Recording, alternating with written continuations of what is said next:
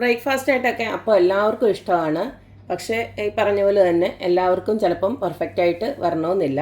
എന്നാൽ ഈ ഒരു രീതിയിൽ, ഞാൻ പറയുന്ന രീതിയിൽ അളവിലൊക്കെ ഇതുപോലൊക്കെ അപ്പം ഉണ്ടാക്കി കഴിഞ്ഞാൽ കണ്ടില്ലേ, നല്ല പെർഫെക്റ്റ് ആയിട്ടുള്ള നല്ല സോഫ്റ്റ് ആയിട്ടുള്ള അപ്പം ഇതുപോലൊക്കെ തയ്യാറാക്കാം. നമ്മളിതിനകത്ത് സോഡാപ്പൊടിയൊന്നും ചേർത്തിട്ടില്ല, അല്ലാണ്ട് തന്നെ നല്ല സോഫ്റ്റ് ആയിട്ടുള്ള അപ്പമാണിത്. അപ്പം ഈസ്റ്റർ സ്പെഷ്യലായിട്ടൊക്കെ ഈ ഒരു അപ്പം എല്ലാവരും ഒന്ന് തയ്യാറാക്കി നോക്കുക. അപ്പം നമുക്ക് ഈ ഒരു അപ്പം എങ്ങനെയാണ് ഉണ്ടാക്കുന്നതെന്ന് നോക്കിയിട്ട് വരാം.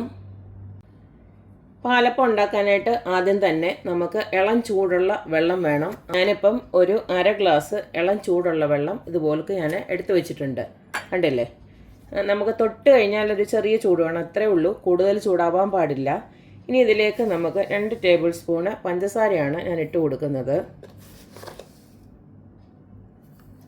അടുത്ത് ഞാൻ ഇട്ട് കൊടുക്കുന്നത് ഈസ്റ്റാണ്.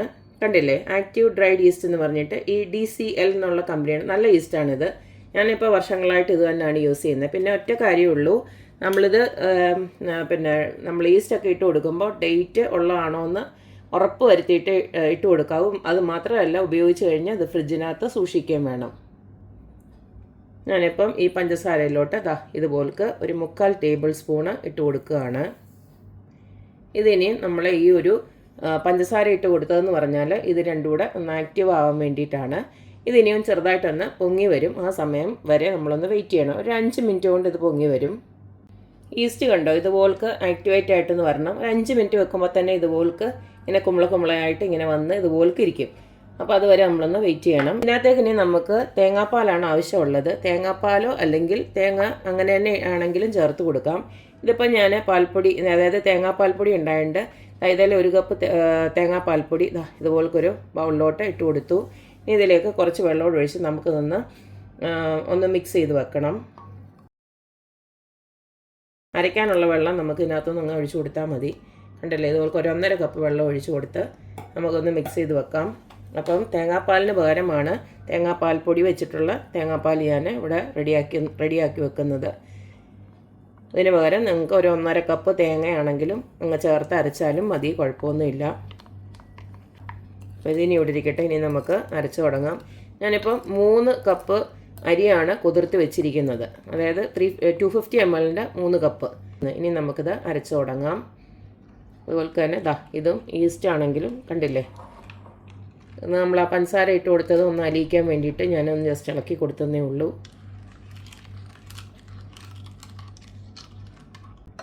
നമുക്ക് മിക്സിയുടെ ജാറിലോട്ട് അരി എന്നിട്ട് ഇട്ട് കൊടുക്കാം. 2-3 ആയിട്ടൊക്കെ അരച്ചെടുത്താൽ മതി, ഇടുന്ന അരിയുടെ ക്വാണ്ടിറ്റി അനുസരിച്ചിട്ട്. ഇതിലേക്ക് ആക്റ്റീവായിട്ടുള്ള ഈസ്റ്റ് പകുതി ഒന്ന് ഒഴിച്ചു കൊടുക്കുകയാണ്. ഇനി നമുക്കൊന്ന് അരച്ചെടുക്കാം. ആദ്യം അരി 2-3 തവണ നമുക്കൊന്ന് അരച്ചെടുക്കാം. അതിനുശേഷം കുറച്ച് ചോറ് ചേർത്തിട്ട് വീണ്ടും ഒന്നുകൂടെ അരച്ചെടുക്കണം. നമ്മൾ ഒഴിച്ചു കൊടുത്ത വെള്ളം തികയാത്തതുകൊണ്ട് ഞാൻ ബാക്കി ഈസ്റ്റ് കലക്കിയോടെ ഇതിനകത്തോട്ട് ഒഴിച്ചു കൊടുത്തിട്ടുണ്ട്. ഇനി ബാക്കിയുള്ളത് നമുക്ക് തേങ്ങാപ്പാൽ വെച്ചിട്ട് അരച്ചെടുക്കാം. അരി ഇപ്പോൾ 2 തവണ ഞാൻ അരച്ചെടുത്തു. ഇനി ഇതിലേക്ക് ഇതുപോലക്ക് കുറച്ച് ചോറൊന്ന് ഇട്ട് കൊടുക്കുകയാണ്. മൊത്തത്തിൽ 1 കപ്പ് ചോറിട്ട് കൊടുത്താൽ മതി. ഇനി നമുക്കതിലേക്ക് കുറച്ച് തേങ്ങാപ്പാൽ ഒഴിച്ച് കൊടുക്കണം, അല്ലെങ്കിൽ ഇത് അരഞ്ഞു വരത്തില്ല.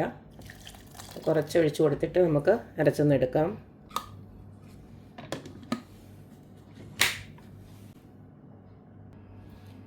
ഒരു 2-3 തവണ ഞാൻ നല്ലതായിട്ട് അരച്ചതാ ഇതുപോലൊക്കെ ആക്കി എടുത്തിട്ടുണ്ട്. കണ്ടില്ലേ, ഒരു തരി പോലും ഇല്ല, നല്ല ഫൈനായിട്ട് വരണം. ഈ ഒരു രീതിയിൽ അരച്ചെടുക്കണം. എന്നിട്ട് നമുക്ക് ഒരു ചരുവത്തിനകത്തോട്ട് ഒഴിച്ചു വെക്കാം. ഞാൻ നേരത്തെയും പറഞ്ഞിട്ടുണ്ട്, നമ്മളെപ്പോഴും കുറച്ച് കൊഴുവുള്ള വിസ്താരമുള്ള ഒരു ചരുവത്തിനകത്തോട്ട് വേണം മാവ് എപ്പോഴും അരച്ച് വെക്കാൻ. കാരണം ഇത് പൊങ്ങി വരും, മാവ് എപ്പോഴും ഇരട്ടിയായിട്ട് പൊങ്ങി വരും. അതനുസരിച്ചിട്ടുള്ള പാത്രത്തിൽ വേണം ഒഴിച്ചു വെക്കാൻ. ഇനിയും ബാക്കിയൂടെ നമുക്ക് അരച്ചെടുക്കാം. മിക്സി അങ്ങ് ഒത്തിരി ചൂടാവരുത്, നമ്മൾ ഇടയ്ക്കിടയ്ക്കൊന്ന് റെസ്റ്റ് കൊടുത്ത് വേണം ഒന്ന് അരച്ചെടുക്കാനായിട്ട്. ഇതിപ്പോൾ 2 ട്രിപ്പിനുള്ളേ ഉള്ളൂ. ഞാനിപ്പോൾ ഇത് ഒറ്റ ഇതായിട്ടങ്ങ് അരച്ചെടുക്കുകയാണ്.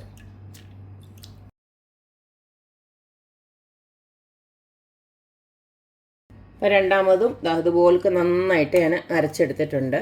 ഇതുകൂടെ അങ്ങോട്ട് ഒഴിച്ചു കൊടുക്കാം. ഇതിനി നമുക്ക് മൊത്തത്തിലൊന്ന് കലക്കി വെക്കാം. നമ്മൾ കലക്കി വെക്കുന്ന സമയത്ത് കണ്ടില്ലേ, ഈ ഒരു പരുവത്തിലായിരിക്കണം. ഒരുപാട് അങ്ങ് ലൂസാക്കി കളയരുത് മാവ്. ഇഡ്ഡലി മാവിൻ്റെ ഒരു കൺസിസ്റ്റൻസിയിൽ മാത്രമേ ആക്കി വെക്കാവൂ, അല്ലെങ്കിൽ അപ്പം കുളമായി പോവും. അപ്പോൾ ഇത് നന്നായിട്ട് ഞാൻ കലക്കി വെച്ചിട്ടുണ്ട്. ഇതിപ്പം ഞാൻ രാത്രിയിൽ ഇവിടെ 9 മണിയൊക്കെ കഴിഞ്ഞു ഇപ്പം രാത്രിയിൽ. അപ്പോൾ ഈ സമയത്താണ് കലക്കി വെക്കുന്നത്. ഞാൻ രാവിലത്തേക്കുള്ള ബ്രേക്ക്ഫാസ്റ്റാണ് ഇതിപ്പോൾ അരച്ച് വെക്കുന്നത്. ഇവിടെ ഒന്നാമത് ഇപ്പോൾ ചൂട് തുടങ്ങിയിട്ടുണ്ട്, അപ്പോൾ ഇത് വേഗം പൊളിച്ച് പൊന്തിക്കോളും. അപ്പം നമുക്ക് ഒരു 2-3 മണിക്കൂർ കഴിയുമ്പോൾ തന്നെ ഇത് നന്നായിട്ട് പുളിച്ച് പൊങ്ങി വരും. അന്നേരം വേണമെങ്കിലും നമുക്ക് ചുട്ടെടുക്കാം. രാവിലെ വരെ ഇരുന്നെന്ന് പറഞ്ഞാലും കൂടുതലങ്ങ് പുളിച്ച് പോകത്തൊന്നുമില്ല. 1/4 ടേബിൾ സ്പൂൺ അല്ലേ ഉള്ളൂ ഈസ്റ്റ് ചേർത്തിരിക്കുന്നത്, അങ്ങനെ പുളിച്ചൊന്നും പോകത്തൊന്നുമില്ല. ഈ ഒരു പരുവത്തിൽ കലക്കിയതിന് ശേഷം നമുക്കൊന്ന് അടച്ചു വെക്കാം. ഞാൻ 2 മണിക്കൂറൊക്കെ കഴിയുമ്പോൾ ഇത് കാണിച്ചു തരാം. നന്നായിട്ട് പൊങ്ങി ഇങ്ങനെ മേളി വരെ വരും. ആ സമയത്ത് വേണമെങ്കിൽ നമുക്കൊന്ന് കലക്കി വീണ്ടും ഒന്നുകൂടെ കലക്കി ഒന്ന് കൊടുക്കാം. നമ്മുടെ മാവ് അരച്ച് വെച്ചിട്ട് 1.5 മണിക്കൂർ ആയപ്പോഴത്തേക്ക് ഇത്രയും പൊങ്ങി വന്നിട്ടുണ്ട്, കണ്ടില്ലേ? ഇതുപോലൊക്കെ പൊങ്ങി വരുമ്പോൾ മാത്രമേ നമ്മുടെ അപ്പം ശരിയാവത്തുള്ളൂ, നല്ല രീതിയിൽ അപ്പം കിട്ടത്തുള്ളൂ. അപ്പം അത് ശ്രദ്ധിച്ചോണം, കണ്ടില്ലേ? അപ്പോൾ ഇതിനി ഞാനിപ്പോൾ ജസ്റ്റ് ഒന്ന് കലക്കി വെക്കും, അല്ലെങ്കിൽ പണി കിട്ടും. കാരണം ഇതെല്ലാം കൂടെ കവിഞ്ഞ് താഴെ വീഴും. അപ്പം ഞാൻ ജസ്റ്റ് ഒന്ന് കലക്കി ഒന്നും കൂടെ ഒന്ന് കലക്കി വെക്കുക, എന്നാലും പിന്നെ ഒന്നുകൂടെ പൊങ്ങി വരും, കണ്ടില്ലേ? 1.5 മണിക്കൂർ. സത്യം പറഞ്ഞാൽ ഈ ഒരു സമയം വേണമെന്നുള്ളവർക്ക് ഇച്ചിരി ഉപ്പും പഞ്ചസാരയൊക്കെ ഇട്ടതിന് ശേഷം വേണമെന്ന് വെച്ച് കഴിഞ്ഞാൽ അപ്പം ചുട്ടെടുക്കാം. അപ്പോൾ ഏതായാലും ഞാൻ ഒന്നും കൂടെ അടച്ച് വെക്കുകയാണ്. അപ്പോൾ രാവിലെ ആയപ്പോഴത്തേന് നമ്മുടെ അപ്പത്തിൻ്റെ മാവ് കണ്ടോ? ഇത് സത്യം പറഞ്ഞാൽ നിറഞ്ഞ് കവിഞ്ഞ് എനിക്ക് ഇച്ചിരി പണി കിട്ടിയായിരുന്നു.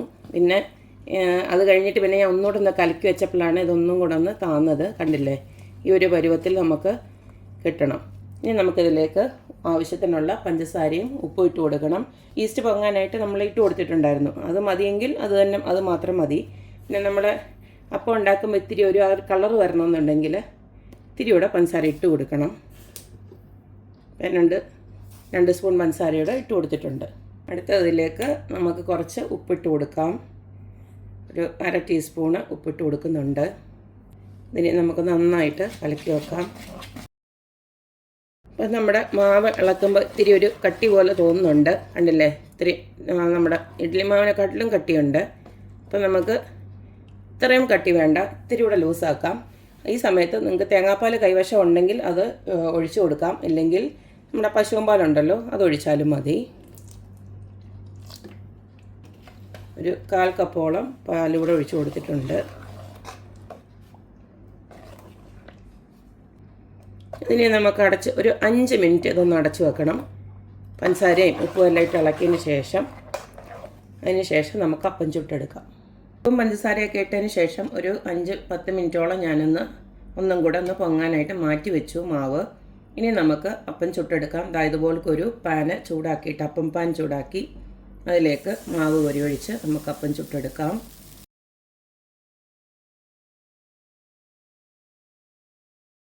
കണ്ടില്ലേ? നമ്മുടെ അപ്പം നല്ല പെർഫെക്റ്റ് ആയിട്ട് തന്നെ വന്നിട്ടുണ്ട്. ഇതുപോലെ നല്ല സോഫ്റ്റ് ആയിട്ടുള്ള അപ്പം ഇതുപോലെ കിട്ടും.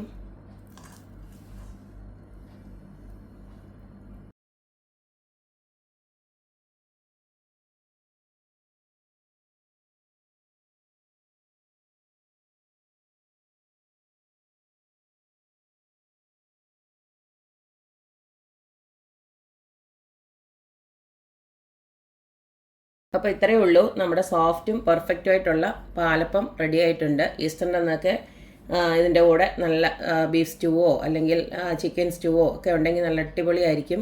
ബീഫ് സ്റ്റൂവിൻ്റെ റെസിപ്പി ഓൾറെഡി ഞാൻ ഇട്ടിട്ടുണ്ട്, അത് നല്ല അടിപൊളിയാണ് ഇതിൻ്റെ കൂടെ കോമ്പിനേഷൻ. അപ്പോൾ എല്ലാവരും ഇതുപോലൊക്കെ ഒന്ന് അപ്പം ട്രൈ ചെയ്ത് നോക്കുക. ഇതേ അളവിലൊക്കെ നിങ്ങൾ ഇതുപോലൊക്കെ ഉണ്ടാക്കി കഴിഞ്ഞാൽ നിങ്ങൾക്ക് ഇതുപോലെ തന്നെ പെർഫെക്റ്റ് ആയിട്ട് തന്നെ കിട്ടും. കുറച്ച് കാര്യങ്ങളൊക്കെ മാത്രം ഒന്ന് ശ്രദ്ധിച്ചാൽ മതി, അത് ഞാൻ ഓൾറെഡി പറഞ്ഞിട്ടുണ്ട്. അപ്പോൾ എല്ലാവരും ഇതുപോലൊക്കെ ഒന്ന് അപ്പം ട്രൈ ചെയ്ത് നോക്കുക, അഭിപ്രായങ്ങൾ അറിയിക്കുക. അപ്പോൾ എപ്പോഴും പറയുന്ന പോലെ തന്നെ എൻ്റെ റെസിപ്പീസ് ഇഷ്ടമുള്ള എല്ലാവരും please like, share and subscribe. അപ്പോൾ ഇനി ഒരു അടിപൊളി വീഡിയോ ആയിട്ട് വരുന്നവരേക്കും ബൈ.